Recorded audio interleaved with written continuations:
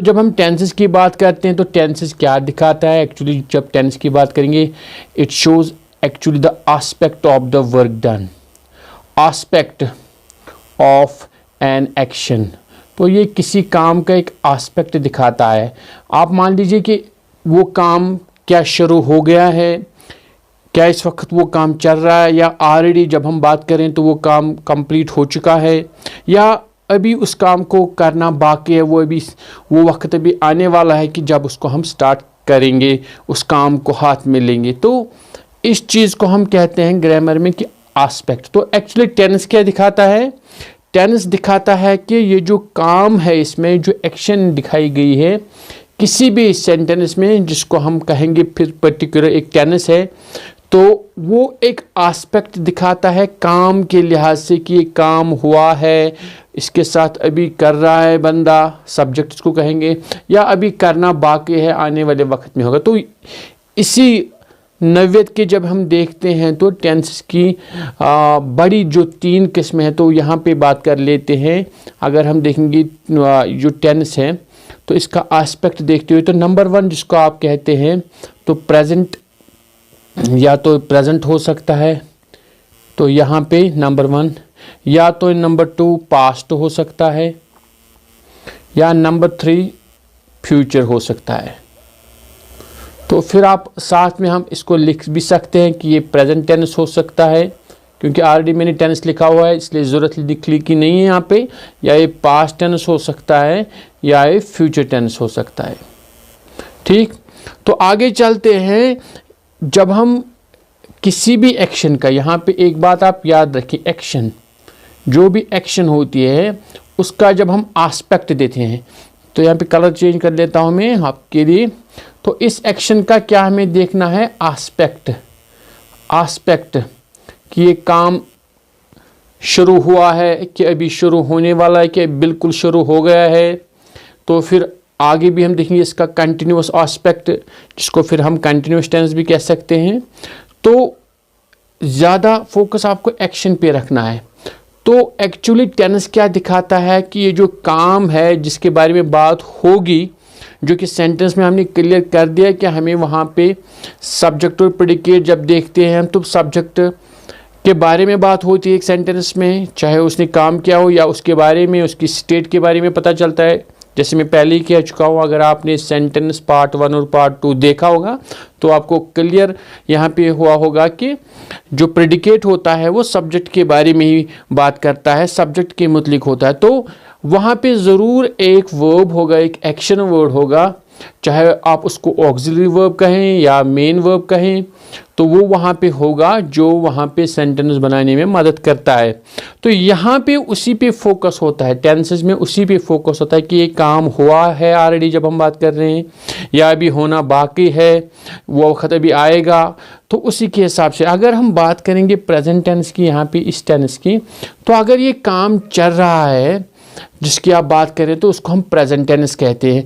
अगर ये काम ऑलरेडी हुआ है तो उसका हम पास्ट टेंस कहते हैं, या अगर अभी वो वक्त आने वाला है जिसमें हम इस काम की बात करेंगे तो उसको फ्यूचर टेंस कहते हैं। चलिए हम एग्जाम्पल ले लेते हैं। साहिल गोज स्कूल। तो यहाँ देखिए एक सेंटेंस मैंने लिखा है, हालांकि आप इसको जोड़ भी सकते हैं, आपने देखा होगा कि वहाँ पे डेली भी हम यूज़ कर सकते हैं, लेकिन यहाँ पे मैंने इसको, इस सेंटेंस को सिंपल रखा है ताकि आप बेहतर तरीके से समझें। साहिल गोज टू स्कूल, जब हम इस सेंटेंस की बात करते हैं तो ये कौन सा टेंस है? जहाँ पे हम टेंस की बात करते हैं तो ये वाला टेंस जो है, ये इसको हम कहते हैं प्रेजेंट टेंस। ये एक प्रेजेंट टेंस है, इसका एस्पेक्ट प्रेजेंट है क्योंकि अभी बात कर रहा है कि इसका डेली जो काम है, रूटीन है। तो साहिल क्या करता है, वो एक स्कूल गोइंग चाइल्ड है, एक स्टूडेंट है, अभी वो जॉब नहीं कर रहा है या मान लीजिए कोई मजदूरी नहीं कर रहा है। साहिल गोज स्कूल यानी वो रोज़ जाता है। यहाँ पे जहन में रखना है आपको कि जो यहाँ पे साहिल है ये क्या है, आपको रखना है जहन में, ये थर्ड पर्सन है, जिसको आप थर्ड पर्सन कहते हैं। अगर आपको पता होगा पर्सन्स, तो ये थर्ड पर्सन है। यहाँ पे मेल जेंडर का यहाँ पे यूज़ है थर्ड पर्सन, इसलिए गो के पीछे यहाँ पे ईएस ऐड किया हुआ है, गो प्लस ईएस, गोज। अगर हम इसी सेंटेंस को फर्स्ट पर्सन के साथ यूज़ करें इसी सेंटेंस को, तो क्या बनेगा यहाँ पे, देखिए कलर चेंज करता हूँ मैं ताकि आपको ज़्यादा आसान हो जाए समझने के लिए। इसी सेंटेंस को अगर यहाँ लिखेंगे तो मैं लिखूँगा I go to school, I go to school. पहले मैं कह चुका हूँ आप डेली भी लिख सकते हैं, लेकिन यहाँ पे मैं थोड़ा सिंपल रखना चाहता हूँ, आई गो टू स्कूल। यहाँ पे आप खास ध्यान अगर देंगे, यहाँ पे सिर्फ गो लिखा है, गोज नहीं है, यहाँ पे ईएस मैंने ऐड नहीं, क्यों यहाँ पे जो सब्जेक्ट है जो आपको क्लियरली होगा, यहाँ पे ये फर्स्ट पर्सन है, फर्स्ट पर्सन, और यहाँ पे क्या है, ये थर्ड पर्सन है। तो साहिल थर्ड पर्सन है और आई फर्स्ट पर्सन है।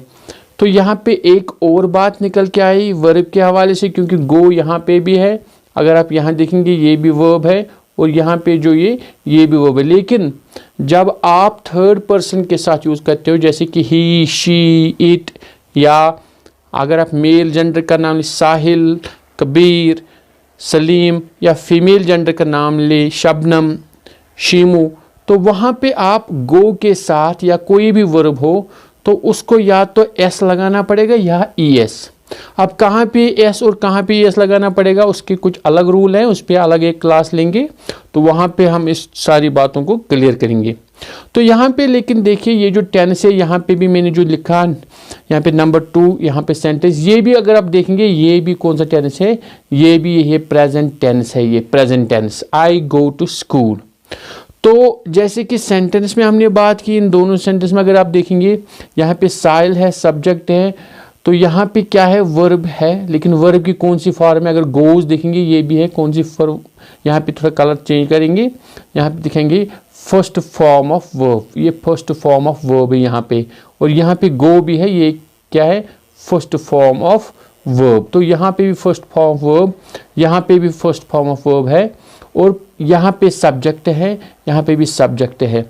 अब ये जो इस तरीका का सेंटेंस जो होता है जहाँ पे सब्जेक्ट होता है, चाहे फर्स्ट पर्सन हो, सेकंड पर्सन या थर्ड पर्सन, सिंगुलर प्लुरल हो, और उसके बाद प्लस अगर करें, यहाँ पे प्लस क्या होता है, वर्ब की फर्स्ट फॉर्म यानी पहली फॉर्म वर्ब की, जिसको हम आम अल्फाज में फर्स्ट फॉर्म वर्ब कहते हैं, या जिसको अगर ग्रामेटिकल वर्ड करेंगे use, base form of the verb, base form होगी।